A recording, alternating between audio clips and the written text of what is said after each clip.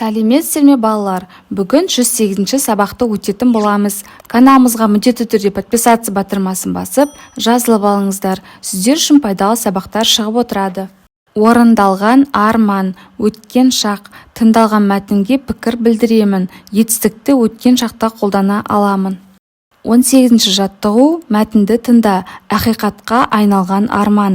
Біздің бала кезімізде екінің бірі ғарышкер болуды армандайтын. Жұлдыздарды жақыннан көріп, сол кезде беймәлім көрінген әлемге сапар шегу көпшіліктің тілегі еді.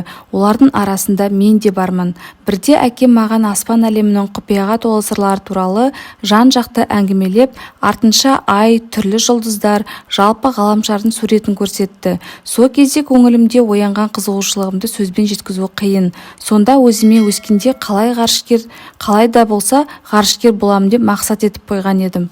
Сол арманның жетегімен жоғары оқу орнында оқыдым. Жатпай тұрмай іздендім. Ғарышкер болу үшін алдымен табиғаттан берілген мықты денсаулық керек. Сонан соң оқу жаттығу жұмыстарын бір күнге де үзбеуге тиіс.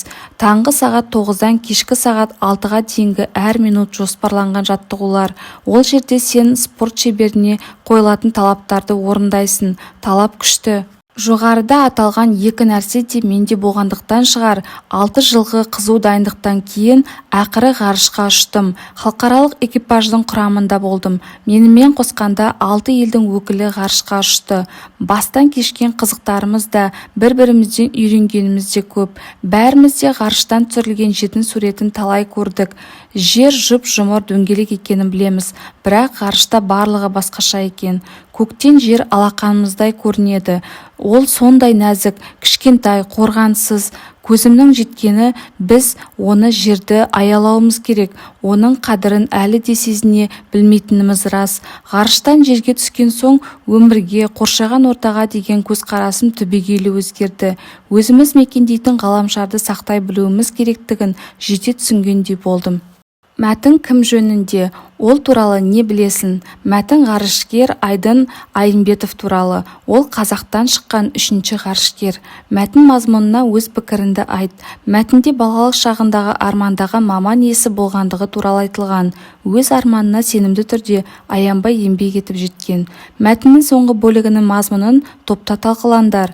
Жер бізге шексіз үлкен болып көрінгенімен, ғарыштан қарағанда нәзік, қорғансыз екенін ұғуға болатыны айтылған. Бізге берілген аманатымызды қорғауға атсалысайық. 19-ші жаттығу мәтінді қатесіз көшіріп жаз. Ғалам осыдан 10-20 миллиард жыл бұрын ғарыштық жарылыс нәтижесінде пайда болған. Бұл ғарыштық жарылысты үлкен жарылыс деп атап кеткен. Жер мен күн жүйесінің басқа ғаламшарлары осы шаң мен газдан пайда болған. Етістіктерді не істеді сұрағына жауап беретіндей етіп өзгерт. Пайда болған, не істеген, пайда болды, не істеді, атап кеткен, не істеген, атап кетті, не істеді, не істеген, не істеді деген сұрақтарға жауап беретін етістіктерді өзара салыстыр. Не істеген деген сұраққа жауап беретін етістіктерге ған, ген, қан, кен деген жалғау жалғанады. Не істеді деген сұраққа жауап беретін етістіктерге д, д, т, т жалғаулары жалғанады.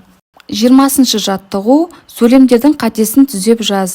Жарық күннен бізге дейін 8 минутта жетеді. Жердің тартылыс күші адамдардың денесін төмен басып тұрады.